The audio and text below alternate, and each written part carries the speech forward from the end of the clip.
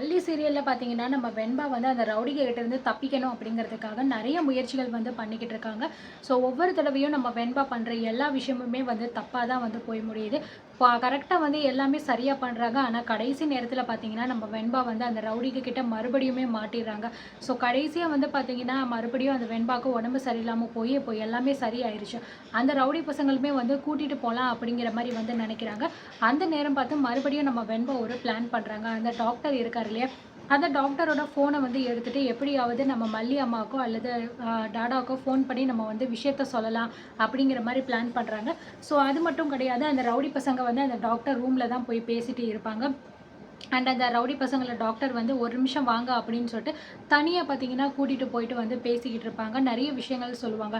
இந்த பொண்ணு ரொம்ப முக்கியமான பொண்ணு. அதனால நீங்க வந்து சரியான இடத்துல கொண்டு போய் சேர்த்துறணும். ஏதாவது ஆச்சு அப்படின்னா அப்புறம் பெரிய பிரச்சனை ஆயிரும் அப்படின்னு சொல்லிட்டு சொல்லிக்கிட்டு இருக்காங்க. ஏன்னா அந்த டாக்டருமே அந்த ரவுடி பசங்களோட கும்பல்ல சேர்ந்தவர் தான் போல இருக்கு. அதனால தான் இப்படியெல்லாம் கேவலமா யோசிக்கிறாரு. ஸோ அந்த நேரத்தில வந்து அந்த டாக்டருடைய மொபைல் வந்து அங்க தான் இருக்கும். ஸோ வெண்பாவுக்கு அப்பதான் ஒரு ஞாபகம் வருது. நம்ம உடனே ஃபோன் பண்ணா என்ன அப்படின்னு சொல்லிட்டு நினச்சிட்டு, ஸோ டக்குன்னு அந்த டாக்டருடைய மொபைல எடுக்குறாங்க. எடுத்துட்டு உடனே பார்த்தீங்க அப்படின்னா, நம்ம விஜய்க்கு வந்து கால் பண்றாங்க. ஸோ விஜய் பார்த்தீங்கன்னா, என்னடா இது புது நம்பர்லேருந்து ஃபோன் வருதே அப்படின்னு சொல்லிட்டு கொஞ்ச நேரம் பார்த்துட்டு, சரி யாருன்னு கேட்போம் அப்படின்னு சொல்லிட்டு பார்த்தீங்கன்னா, அட்டெண்ட் பண்ணிட்டு, ஹலோ யாரு அப்படின்னு கேட்கும்போது, இந்த பக்கம் நம்ம வெண்பா பார்த்தீங்கன்னா, ஹலோ டாடா நான் வெண்பா பேசுறேன் அப்படிங்கிற மாரி சொல்றாங்க. வெண்பா எங்கடா இருக்க? என்னாச்சு வெண்பா உனக்கு? எங்க இருக்கன்னு சொல்லு அப்படின்னு சொல்லி சொல்றதுக்குள்ள, டக்குன்னு பார்த்தீங்கன்னா, உள்ள வந்து அந்த டாக்டர் வந்துட்டு ஃபோன வந்து வெண்பா கிட்ட இருந்து புடுங்கிறாரு. ஸோ புடுங்கிட்டு யாருக்கோ கால் பண்ணியிருக்கா அப்படின்னு சொல்லிட்டு உடனே கட் பண்ணிடுறாரு. கட் பண்ணிட்டு மொபைல்ல பார்த்தீங்கன்னா, ஸ்விட்ச் ஆஃப் பண்ணிடுறாரு. ஸோ உடனே பார்த்தீங்கன்னா, அந்த ரவுடி பசங்க வந்து சொல்றாங்க, "இங்க பாரு இந்த பொண்ணு வந்து ரொம்ப விவரமான ஒரு பொண்ணா இருக்கா. நம்ம அந்த பக்கம் போய் பேசிட்டு வர்றதுக்குள்ள இவ யாருக்கோ ஃபோன் பண்ணியிருக்கா." அப்படிங்கிற மாரி சொல்றாங்க. "என்ன டாக்டர் என்ன சொல்றீங்க?" அப்படின்னு அவங்க கேட்குறாங்க. "ஆமாங்கடா இப்பதான் நான் வந்து இந்த பொண்ணு பேசிக்கிட்டு இருந்தத பார்த்துட்டு என் ஃபோன்ல நான் ஸ்விட்ச் ஆஃப் பண்ணேன். ஒழுங்கா இந்த பொண்ண வந்து கரெக்டான இடத்துக்கு கொண்டு போய் சேர்த்துருங்க. இல்லன்னா நமக்கு பெரிய பிரச்சனை ஆயிரும். இந்த பொண்ணு பண்ற விஷயம் எதுவுமே சரியில்ல. ஏய் பாப்பா உன்னால சும்மா இருக்க முடியாதா? இப்படியே பண்ணிக்கிட்டு இருந்தா நான் சொன்ன மாதிரி உங்க அம்மா அப்பாவை நான் வந்து ஒரேடியா கொன்னுடுவேன் பார்த்துக்கோ. அமைதியா இருக்க முடியாது உன்னால." அப்படிங்கிற மாரி சொல்லும்போது, ஸோ வெண்பா பார்த்தீங்கன்னா, "ப்ளீஸ் என்ன தயவு செஞ்சு என் அம்மா அப்பா கிட்ட கொண்டு போய் குடுத்துருங்க. நான் எதுக்கு உங்க கூட வரணும்? என்னை இப்ப கூட்டிட்டு போய் விடுறீங்களா இல்லையா?" அப்படின்னு சொல்லிட்டு கேட்கும்போது, இன்னொரு ரவுடி வந்து, "இங்க பாரு பாப்பா, இப்ப அமைதியா இல்ல அப்படின்னா அவ்வளோதான். அப்படியே ஒரு அறை விட்டுருவேன்." அப்படின்னு சொல்ல நம்ம வெண்பா ரொம்பவே பயந்துடுறா. "டேய் டேய் விட்றா விட்றா. எதுக்குடா தேவையில்லாம இப்படிலாம் பேசிக்கிட்டு இருக்க? முதல்ல இவள இழுத்துட்டு போயிட்டு வண்டியில உட்கார வைங்கடா. நம்ம கிளம்புவோம். நமக்கு டைம் ஆயிடுச்சு." அப்படின்னு சொல்லிட்டு பார்த்தீங்கன்னா சொல்றாங்க. "சரிங்க டாக்டர் நாங்க வரோம்." அப்படிங்கிற மாரி சொல்லிட்டு வெண்பாவ தர தரன்னு இழுத்துட்டு வந்து போறாங்க. டாக்டருக்குமே பார்த்தீங்கன்னா, இப்போ இந்த மொபைல் நம்ம ஆன் பண்ணா கண்டிப்பா தெரிஞ்சிரும். ஸோ இப்போதைக்கு எதுவும் பண்ண வேண்டாம் அப்படிங்கிற மாரி நினைச்சுட்டு அமைதியா இருந்துறாரு. இந்த பக்கம் வந்து வெண்பாவோட குரல் கேட்டுட்டு உடனே பார்த்தீங்கன்னா, எதுவுமே பேசல. அதனால நம்ம விஜய் ரொம்பவே பதறிறாரு. "வெண்பா, வெண்பா என்ன ஆச்சு?" அப்படின்னு சொல்லிட்டு பார்த்தீங்கன்னா, மறுபடியும் அதே நம்பருக்கு ட்ரை பண்ணி பார்க்குறாரு. ஆனா மொபைல் நாட் ரீச்சபிள் இல்லைனா ஸ்விட்ச் ஆஃப் இதே தான் மாத்தி மாத்தி வந்துகிட்டே இருக்கு. இதனால விஜய் பயங்கரமா டென்ஷன் ஆகுறாரு. "இப்ப தானே நம்ம வெண்பாவோட வாய்ஸ் கேட்டோம். அதுக்குள்ள என்ன ஆச்சு? அவள அப்ப யாரோ கடத்தி வச்சிருக்காங்க. அவ ஏதோ பெரிய ஆபத்துல இருக்கா போல இருக்கு. இப்ப நம்ம என்ன பண்றது?" அப்படின்னு தெரியாம பார்த்தீங்கன்னா, நம்ம விஜய் புலம்பிக்கிட்டே இருக்க, அந்த நேரம் பார்த்து நம்ம மல்லி அந்த இடத்துல வராங்க. விஜய் இந்த மாரி டென்ஷனா இருக்கிறத பார்த்துட்டு, "விஜய் என்ன ஆச்சு உங்களுக்கு? ஏன் இப்படி இருக்கீங்க?" அப்படின்னு கேட்கும்போது, "மல்லி, மல்லி ஒரு முக்கியமான விஷயம். இப்ப தான் வந்து வெண்பா எனக்கு ஃபோன் பண்ணா. ஆனா திருப்பி நான் அவளுக்கு ஃபோன் பண்றதுக்குள்ள ஃபோன் மாட்டேங்குது. நாட் ரீச்சபிள்னு வருது. எனக்கு என்ன பண்றதுன்னே தெரியல மல்லி.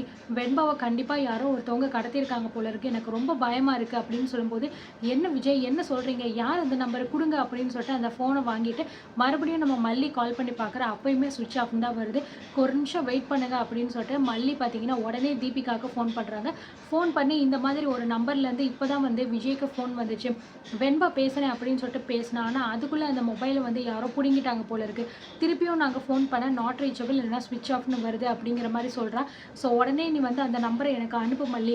அந்த நம்பர் யார் எங்கேருந்து வந்துச்சுன்னு நான் உடனே இம்மீடியட்டா டிபார்ட்மெண்ட்ல குடுத்து செக் பண்ண சொல்றேன். கவலைப்படாத மல்லி நம்ம வெண்பாவ கண்டுபிடிச்சிடலாம் அப்படிங்கிற மாரி சொல்றாங்க. ஸோ கரெக்ட்டா நம்ம மல்லியும் அந்த நம்பர பார்த்தீங்க அப்படின்னா தீபிகாவுக்கு அனுப்பி விட்டுறாங்க. தீபிகா உடனே வந்து கண்ட்ரோல் ஆஃபீஸ்க்கு ஃபோன் பண்ணி, நான் ஒரு நம்பர் இப்போ உங்களுக்கு அனுப்புறேன். அந்த நம்பர் எங்கேருந்து வந்துச்சு அப்படிங்கிறத எனக்கு ட்ராக் பண்ணி அந்த லொக்கேஷனை எனக்கு அனுப்புங்க.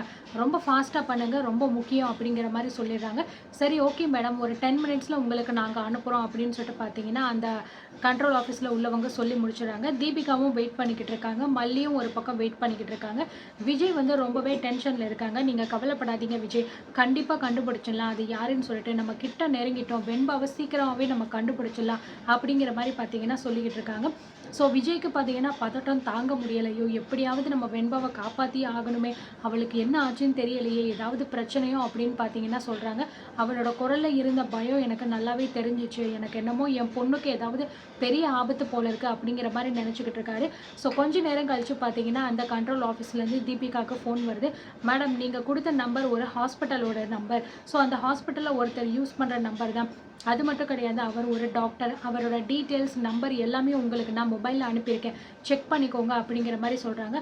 ஓ அப்படியா, சரி ஓகே நான் பார்த்துக்கிறேன்னு சொல்லிட்டு அந்த தீபிகா எல்லாத்தையுமே எடுத்து பார்க்குறாங்க. ஸோ அந்த வெண்பாவை எந்த ஹாஸ்பிட்டலில் அட்மிட் பண்ணியிருக்காங்களோ அந்த ஹாஸ்பிட்டல் ப்ளஸ் பார்த்திங்கன்னா அந்த டாக்டரோட ஃபேஸு, அவரோட நம்பர், பேர் எல்லாமே வந்து அதில் ஷோ ஆகுது.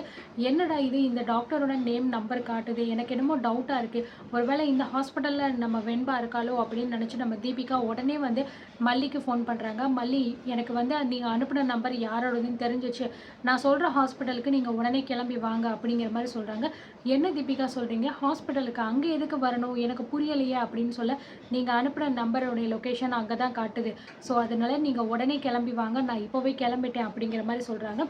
சரி ஓகே நம்ம மல்லி தீபிகா தான் சொல்லிட்டால அப்படின்னு சொல்லிட்டு மல்லியும் பார்த்தீங்கன்னா விஜய் கிட்ட சொல்கிறாங்க. தீபிகா இந்த மாதிரி ஹாஸ்பிட்டலுக்கு வர சொல்லியிருக்காங்க, நான் போயிட்டு வந்துடுறேன் அப்படின்னு சொல்ல, நானும் வரேன் மல்லி அப்படிங்கிற மாதிரி சொல்கிறாங்க. இல்லை விஜய், உங்களால் இப்போதைக்கு வர முடியாது, நீங்கள் எங்கே இருங்க, நான் போயிட்டு வந்து வெண்பா இருந்தா அப்படின்னா கையோட கூட்டிகிட்டு வந்துடுறேன், நீங்கள் பதட்டப்படாதீங்க விஜய், ஒன்றும் ஆகாது அப்படிங்கிற மாதிரி சொல்லிட்டு நம்ம மல்லியும் அந்த இடத்த விட்டு கிளம்பிடுறாங்க. ஸோ நம்ம தீபிகாவும் போகிறாங்க, மல்லியும் 2 பேருமே பார்த்தீங்கன்னா போகிறாங்க. கரெக்டாக 2 பேர் ஜீப்பு வருது. அதே மாதிரி நம்ம மல்லி பார்த்தீங்க அப்படின்னா ஆட்டோவில் 2 பேருமே ஒரே நேரத்தில் அந்த இடத்துல வந்து இறங்குறாங்க. இந்த ஹாஸ்பிட்டல் தான் அப்படிங்கிற மாதிரி சொல்லிட்டு நம்ம மல்லி தீபிகா வந்து இறங்கும்போது தீபிகா வந்து பார்த்தோன்னே பார்த்தீங்கன்னா, மல்லி வா மல்லி, இந்த ஹாஸ்பிட்டல் தான் அப்படிங்கிற மாதிரி சொல்கிறாங்க. ஆனால் இந்த ஹாஸ்பிட்டலில் எப்படி லொக்கேஷன் காட்டும், எனக்கு புரியலையே அப்படின்னு சொல்ல, நீ அனுப்பின நம்பர் வந்து ஒரு டாக்டருடைய நம்பர். ஸோ அவர் நம்பர்லேருந்து தான் வந்து வெண்பா உனக்கு கால் பண்ணியிருப்பா போல இருக்குது.